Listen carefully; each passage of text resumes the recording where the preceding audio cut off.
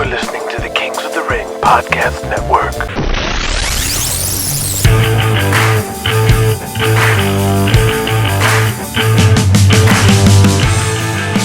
Now, it's always best to start with Season 1 of any series, but if you want to start right here with Season 3, let's get you caught up. It's been a year since Jonathan Kane died, and son Julian took over and completely flipped the wrestling world on its head. The Alliance kicked out and did their best to survive, cope, or strike back. The outlaw Jesse James took the fired SCW wrestlers to Charlotte to revitalize the CWA, and that they did. The Southern Rebels versus Tommy Aloha and Hercules Harris was a huge money feud. But even that wasn't enough for Aloha, whose paranoia drove he and Hercules to jump to New York. After failing to replace Bad Leroy Brown, All South owner Bert Ironside created a fake son named Raphael Angel to team with his real son, Gabriel.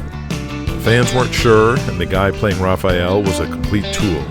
In the end, Gabriel reached his boiling point and knocked out his, quote, brother in front of thousands of All South fans. Meanwhile, Chris Stanley began a long run of punishment from his uncle as a gopher and ring crew, but he did make friends with ex-Empire legend, All-American Dan Sanders. After saving a lifetime to purchase Heartland Wrestling, Crusher Krawchuk bought more than he bargained for, as his management support vanished.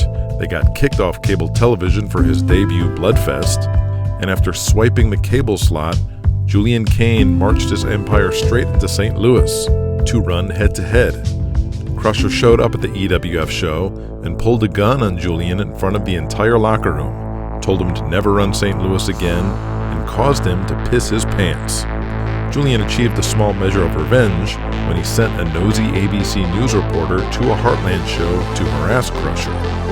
With the world seemingly in his grasp, Julian Kane found out his father's longtime advisor, Sal Spinelli, had conspired to steal the company from under him, with his only chance to preserve his ownership by creating the biggest wrestling show of all time, Empire Mania.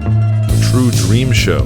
Everyone expected to be headlined by rising megastar Thor Hansen versus the best wrestler in the world, Diamond Donnie Gold. But as the year wore on, Julian developed a deep-rooted hatred of Gold and replaced him with Sylvester Stallone in a gimmick celebrity match to tie in with Thor's co-starring role in the upcoming Rambo film. Julian continued to belittle Donnie's esteem to a nub, until loyal friend and Empire office member, Nigel Davies, secretly advised Donnie to flee the Empire. Donnie did, but not before defying Julian's orders to be squashed in 5 minutes, and completely stole the show with a 5-star 30-minute barn burner. Meanwhile, Julian's famous main event was in jeopardy, as Killian Cavanaugh threatened to walk out unless he got a Thor-sized contract, which the desperate Julian had to agree to. Afterwards, Julian Kane not only found out his most popular heartthrob wrestler Michael Angel was gay, but that despite Empire Mania being the top-grossing show ever and a mainstream hit that captured the attention of many outsiders, it still didn't make enough for him to keep the company. In the end, Julian sold the defunct SCW Atlanta and its Saturday evening WVBS cable slot to Daniel Hawkins, owner of the red-hot Jesse James booked CWA out of Charlotte, for $1 million. It not only secured himself as the permanent owner of the EWF, but ended up giving the Alliance a lifeline. In American Midwest Wrestling, Charlie Gotch made his deal with the devil, handing the power and the AMW title to international attraction and ruthless mercenary Goliath. The commitment paid off at the box office, but came at a price, not only making Nellie Gotch's life a living nightmare, but the drunken Englishman turned a routine title defense into tragedy. Ladies and gentlemen, welcome to the Kings of the Ring.